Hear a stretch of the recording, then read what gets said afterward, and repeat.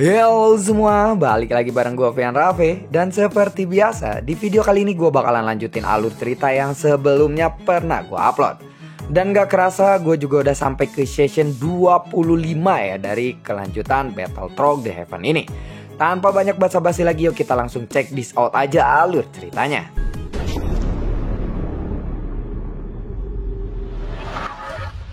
Di episode sebelumnya, kemunculan binatang yang bernama Jiuying ini, jika menurut apa yang dikatakan oleh jiwa klan Cimi ini memang benar, bahkan seseorang dewa asli bintang 5 pun bisa dilenyapkan olehnya. Maka itu artinya kekuatan Jiuying ini sebanding dengan langkah ke-6 atau bahkan langkah ke-7 seseorang kaisar immortality. Dan mungkin saja dia bahkan lebih kuat dari tebakan Xiaoyan kali ini. Makhluk semacam ini tentu jelas bukanlah lawan Xiaoyan saat ini. Dari pancaran sinar cahaya yang melesat sebelumnya saja kepada Xiaoyan, itu bisa langsung menghilangkan lengan Xiaoyan. Padahal saat itu Xiaoyan sudah bergabung dengan klon dewa asli. Terlebih lagi karena dia dipaksa untuk menghentikan proses perebutan tubuh bocah kecil ini. Klon bocah kecil ini benar-benar belum terungkap sepenuhnya potensi dan kekuatannya itu sendiri. Jika saja Xiaoyan ingin menggunakan teknik pembentukan kehidupan dengan bocah gemuk sebelumnya, Xiaoyan harus sepenuhnya sudah mengendalikan atau memiliki 100% mutlak bahwa dia sudah menguasai tubuh bocah gemuk itu. Sedangkan saat ini Xiaoyan belum mencapai 100%-nya. Kejutan tidak terduga akan selalu terjadi. Momen krisis seperti ini belum berakhir. Dan pada saat ini, kemunculan Jiuying benar-benar memaksa Xiaoyan untuk menghentikan perebutan tubuh bocah gemuk itu dan bergabung dengan klon dewa asli. Pada saat ini, ekspresi Xiaoyan terlihat sangat muram. Dia tidak menyangka akan mengalami situasi putus asa saat ini. Xiaoyan segera memegang jepit rambut naga Phoenix di lengannya. Kekuatan yang terkandung di dalam makhluk seperti Jiuying ini pasti bisa menghancurkan Xiaoyan kapan saja dengan mudah. Saat ini tidak banyak kesempatan untuk Xiaoyan. Dia harus membuat keputusan sesegera mungkin. Sekarang, dia bisa saja menggunakan kekuatan dari menara Jinsen Point. Sejak Xiaoyan menjadi seseorang fighting god, dia hampir tidak pernah menggunakan kekuatan menara Jinsen lagi, kecuali pada situasi yang sangat darurat. Namun makhluk semacam ini adalah makhluk terkuat yang pernah dilihat oleh Xiaoyan. Dan Xiaoyan benar-benar seperti semut di hadapan Jiuying ini. Xiaoyan tentu saja telah mengalami perasaan seperti ini sebelumnya pada saat dia bertemu dengan Zhenwu. Saat ini, Xiaoyan lalu berinisiatif dan memikirkan Dongyan. Dongyan, bisakah segel yang ada di sini kamu pecahkan lagi? Tanya dari Xiaoyan. Sekarang Xiaoyan memiliki dua pilihan. Cara pertama adalah apakah Dongyan bisa membuka segelnya? Jika dapat dilanggar, Xiaoyan mungkin masih bisa memiliki secerca harapan untuk melarikan diri dari tempat ini. Dan kalau soal klon bocah gemuk pelahap jiwa sebelumnya, tidak masalah jika Xiaoyan tidak mendapatkannya sekarang. Setidaknya Xiaoyan harus memastikan bahwa dia harus tetap hidup. Ini momen krisis benar-benar untuk Xiaoyan antara hidup dan matinya. Karena itu hanyalah sebuah klon juga. Dan tampaknya saat ini masih tidak begitu penting untuk didapatkan oleh Xiaoyan. Jika memang harus mengorbankan nyawanya sendiri kali ini, lebih baik dia pergi dari sana. Satu-satunya yang dipikirkan oleh Xiaoyan saat ini adalah dia ingin sesegera mungkin pergi dari sini. Karena Jiuying ini memang terlalu kuat. Namun, jika Dongyan tidak dapat membuka segel, maka hanya akan ada dua pilihan untuk Xiaoyan, yaitu menggunakan kekuatan menara Jinsen atau menggunakan jepit rambut naga dan Phoenix milik si permaisuri. Xiaoyan menunggu jawaban Dongyan, tetapi setelah menunggu beberapa saat, Xiaoyan tidak mendengar jawaban dari Dongyan. Xiaoyan pun tiba-tiba tersenyum pahit. Ini memang seperti yang diprediksikan oleh Xiaoyan. Karena Jiuying terlalu kuat, Dongyan pun berpura-pura mati lagi. Kemudian, Xian mengambil tindakan dan segera mengeluarkan Dongyan yang bersembunyi di balik jubah lengannya. Apakah kamu ingin mempermalukanku? Ini bukanlah sebuah formasi. Aku benar-benar tidak bisa untuk melakukan apa-apa kali ini, ucap dari Dongyan. Xian merasa tidak berdaya dengan hal semacam ini. Xian segera mengepalkan tinjunya dan memegang erat jepit rambut naga Phoenix di tangannya. Pada saat ini, dia hanya bisa menggunakan kekuatan benda ini saja untuk menyelesaikan situasi krisis hidup dan matinya. Xian dengan cepat membuat keputusan. Tujuan Jiu Ying sudah sangat jelas. Begitu dia muncul, dia pasti akan langsung menyerang Xiaoyan. Jelas, itu karena dia dibawa perintah dari klan Jimmy. Adapun bagaimana jiwa dari klan Jimmy ini bisa memanggil makhluk seperti itu adalah sesuatu yang membuat Xiaoyan sendiri sangatlah kebingungan. Setelah gagal dalam satu serangan, kepala Jiu Ying lalu mencuat lagi.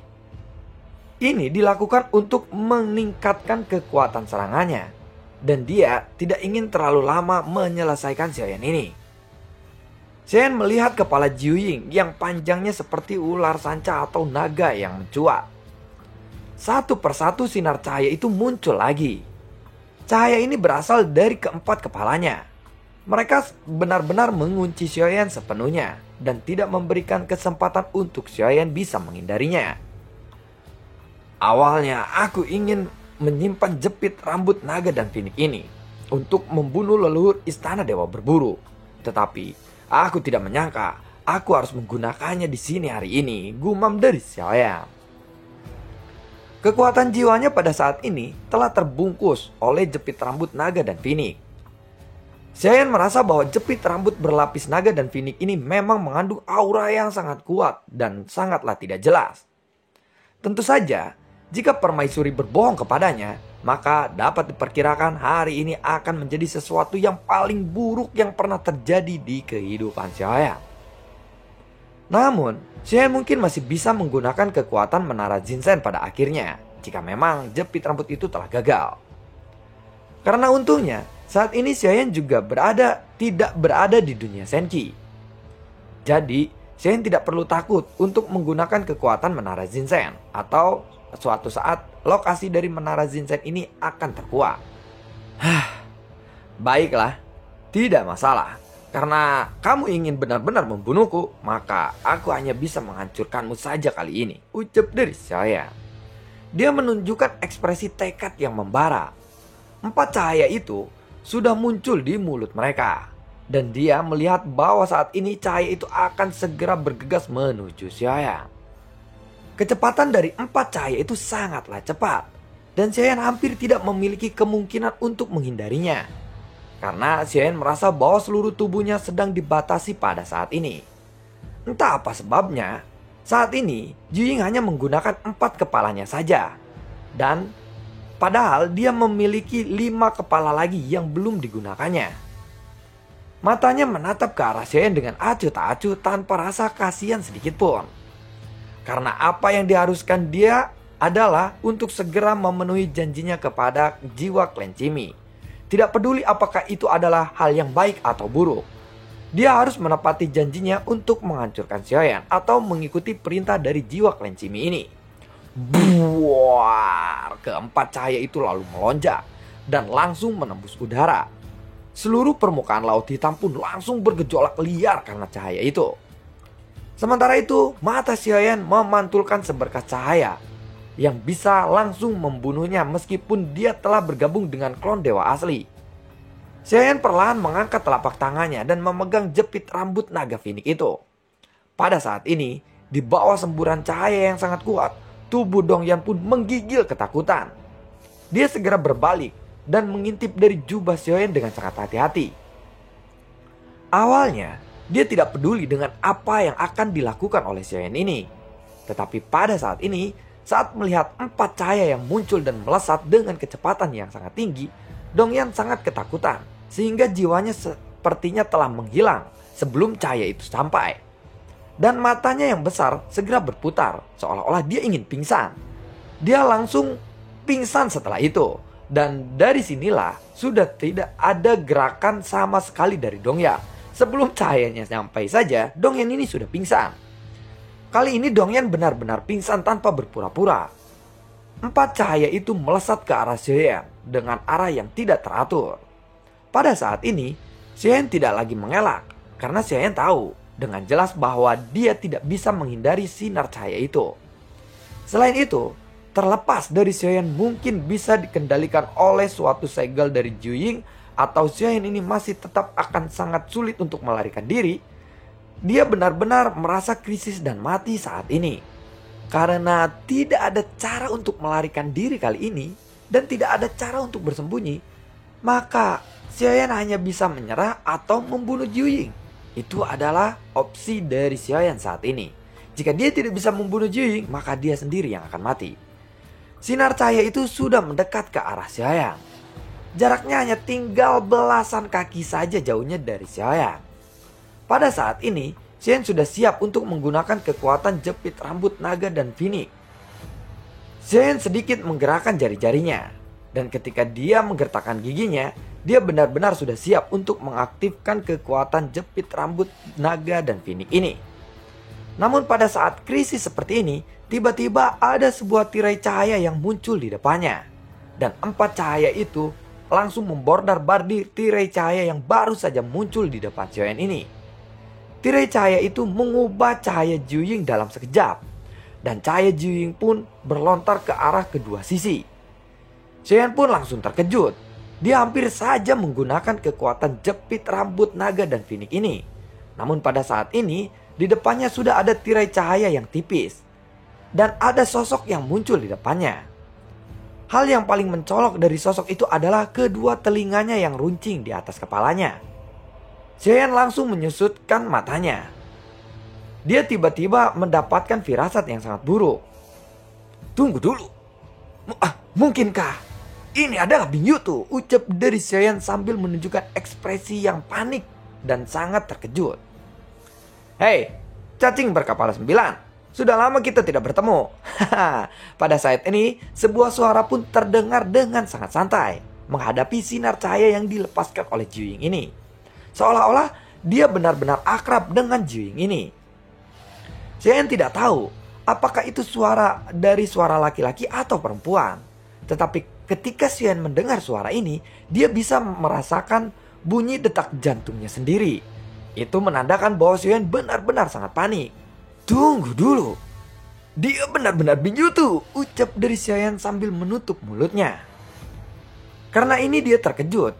Suara Xiaoyan ini cukup keras. Dan Bing Youtu yang berada di sisinya tidak cukup jauh itu pun bisa mendengarnya. Lalu setelah dia menoleh sedikit. Hei, bersifatlah sopan kepadaku. Karena aku adalah yang mulia Bing Youtu, ucap dari Bing Youtu. Jadi kamu sebenarnya adalah seseorang wanita? Tanya dari Xiaoyan. Sebelum ini, Xiaoyan selalu mengira bahwa Bing Youtu ini adalah seorang laki-laki. Jadi, ketika dia tahu bahwa dia selalu menaiki punggung seorang wanita yang terus-menerus berada di pelukannya selama ini, tentu saja Xiaoyan merasa sesuatu yang sangat tidak nyaman pada hatinya. Setelah munculnya Bing Youtu dengan wujud manusianya, Xiaoyan tentu saja tidak bisa menerima ini begitu saja. Lagi pula, selama ini Bing Youtu selalu menyulitkan Xiaoyan sebelumnya. Xiaoyan tidak bisa menerima ini untuk waktu yang lama ketika dia bisa berubah menjadi sosok seorang wanita dengan tubuh yang sangat kuat muncul di depan Xiaoyan. Tubuhnya sangatlah indah. Matanya juga terlihat cantik. Keanggunan seolah-olah terpancar dari sosoknya. Sial, jika bukan karena permaisuri, aku akan terlalu malas untuk melakukan hal seperti ini. Seharusnya aku membiarkanmu untuk jadi korban si cacing berkepala 9 itu saja, ucap dari si Bing Youtu. Xiaoyan pun segera mengepalkan tangannya dan meminta maaf. Maafkan atas semua kesalahanku dalam menilaimu kali ini, ucap dari Xiaoyan. Aku benar-benar sangat membencimu kali ini, ucap dari Bing Youtu. Xiaoyan hanya bisa menganggukkan kepalanya saja dan tersenyum tanpa bisa membantahnya. Bing Youtu, apa yang kamu lakukan di sini? Tanya dari Juying. Ternyata benar Juying mengenali Bing Youtu. Suaranya masih terdengar seperti anak kecil. Apakah kamu benar-benar ingin tahu? Aku diperintahkan oleh permaisuri untuk melindungi orang itu, ucap dari Bing Yutu dengan sangat marah dan mengalihkan pandangannya ke arah Xiaoyang. Permaisuri? Bukankah dia telah lama mati? Tanya dari Bing Yutu lagi. Baiklah, aku akan menjelaskannya. Situasinya memang agak istimewa. Kamu seharusnya sedang tertidur, bukan? Tetapi bagaimana bisa kamu memprovokasi atau bangun dari tidurmu itu? Dan apa yang telah dia lakukan kepadamu? Tanya dari Bing Yutu sambil memandang ke arah jiwa Klencimi. Aku telah menerima sebuah perintah dan orang itu memintaku untuk membunuhnya sambil menunjuk ke arah Xiaoyang. Jadi aku harus memenuhi permintaannya karena dialah yang telah memprovokasiku dan membangunkanku dari tidur panjangku. Bing Yutu lalu mengkerutkan keningnya saat mendengar kata-kata dari Jiu Ying ini. Jadi, walaupun kamu ingin melindunginya, aku harus tetap mengambil nyawanya. Karena aku tidak pernah mengingkari janjiku, ucap dari Jiu Ying. Mendengar itu, Bing Yutu malah tersenyum. Apakah kamu yakin kamu akan mengambil nyawanya? Tanya dari Bing Yutu. Tentu saja, orang itu sudah membayarku dengan separuh jiwanya. Jadi, aku harus memenuhi janjiku yang telah aku buat, ucap dari Jiu Ying. Aku sama sekali tidak keberatan jika kamu ingin membunuhnya. Tetapi sebelum kamu membunuhnya, aku pikir kamu akan sangat tertarik dengan identitas aslinya, ucap dari Bing Yutu. Bing Yutu kini telah menjadi wanita yang sangat cantik. Dan ini membuat Xiaoyan merasa sangat tidak nyaman. Identitas? Aku tidak peduli siapa identitas sebenarnya dari orang itu. Aku hanya akan membunuhnya saja kali ini, ucap dari Jiu Ying. Pada saat ini, jiwa dari Klencimi langsung mencibirnya. Dia diam-diam berpikir dalam hatinya bahwa dia tidak akan membuat pilihan yang salah kali ini. Jika Jiu Ying bersikeras untuk membunuh Xiaoyan, maka Bing Yutu pun tidak akan bisa menghentikannya. Baiklah, aku akan memberitahumu sekarang. Sebenarnya dia adalah atasanmu, ucap dari Bing Yutu. Tidak peduli siapa dia, aku tidak akan pernah mengingkari janjiku. Bahkan jika... Apa yang kamu katakan tadi? Dia adalah atasanku? Apakah dia adalah yang mulia? Tanya dari Jiu Ying. Ya, itu benar. Permaisuri juga bisa pulih karena dia meninggalkan kekuatan terakhirnya untuk menunggu datangnya orang ini, ucap dari si Bing Yutu. Saat ini Jiu Ying tiba-tiba menghilang dan berubah menjadi kabut hitam dengan sangat cepat bergerak menuju ke arah Xiaoyan. Xiaoyan pun segera membuat persiapan untuk membuat pertahanan. Tetapi ketika kabut hitam itu menyapu ke arahnya, Xiaoyan tidak merasakan niat membunuh sedikit pun dari kabut itu. Setelah kabut hitam itu menggantung di sekitaran Xiaoyan selama beberapa saat, kabut itu melayang-layang di depan Xiaoyan. Lalu kabut hitam itu menghilang lagi dan berubah menjadi sosok yang berlutut di depan Xiaoyan. Yang mulia, selamat datang. Akhirnya Anda bisa datang untuk menjemputku kali ini, ucap dari Jiu Ying yang tiba-tiba berlutut di depan Xiaoyan. Ada air mata yang mengalir di mata Jiu Ying saat ini. Dan ketika dia mengangkat kepalanya, Xiaoyan langsung melompat karena ketakutan. Dongyan yang hanya memiliki satu mata saja yang terlihat lucu bagi Xiaoyan, tetapi sosok di depannya ini memiliki 9 mata di wajahnya. Dan itu tentu saja sangat menakutkan. Ini momennya seperti Jiu Ying ini sedang menatap dengan mata yang memelas. Kalian tahu kan kalau kucing memelas itu kayak gimana? Itulah yang membuat Jiu Ying ini yang tadinya sangatlah seram, tiba-tiba menjadi sangat lucu sekali. Dan itu membuat Xiaoyan kaget. Hei, cacing berkepala 9. Jangan lupa, kamu sudah bilang bahwa kamu tidak akan pernah melanggar janjimu sekarang. Dan kamu harus memenuhi janjimu, apapun yang terjadi, ucap dari Bing Yutu sambil mencibir Jiu Ying ini. Janji? Janji apa? Aku sudah lupa. Aku harap yang mulia mau memaafkanku karena aku telah menyerang Anda sebelumnya, ucap dari Jiu Ying. Dan lalu bagaimanakah kelanjutan ceritanya? Ternyata Jiuying ini mengenali sosok Xiaoyan. Atau Xiaoyan ini adalah reinkarnasi dari Supreme. Karena mungkin dia mengetahui dari aroma atau aura yang dipancarkan oleh Xiaoyan ini. Xiaoyan juga bukannya telah memiliki beberapa warisan dari Supreme ya. Lengan, mata, dan apalagi lah. Silahkan tulis di komentar saja yang tahu ya. Sampai ketemu lagi di video gue berikutnya dan semoga sehat selalu untuk kalian. Gue juga tidak lupa untuk selalu ucapin terima kasih banyak buat kalian yang sudah mendukung channel ini dari dulu hingga saat ini. Dan gue selalu ucapin terima kasih banyak buat kalian yang sudah mensupport channel ini lewat link Saweria di bawah kolom deskripsi. Sampai jumpa di video gue berikutnya. Assalamualaikum dan semoga sehat selalu untuk kalian. Dadah.